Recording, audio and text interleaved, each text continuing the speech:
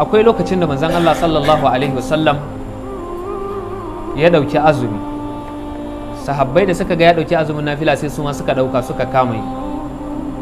Aka zo da a sha ruwa sai suka ga annabi bai sha ba, ya ci gaba da azumi, sai su ma suka ci gaba ba su sha ba. Aka kwana suka kwana, aka wuni suka wuni, washi gari aka sake wuni suka wuni. Annabi ya musu shiru bai ce musu komai, suka galabaita suka ji jiki.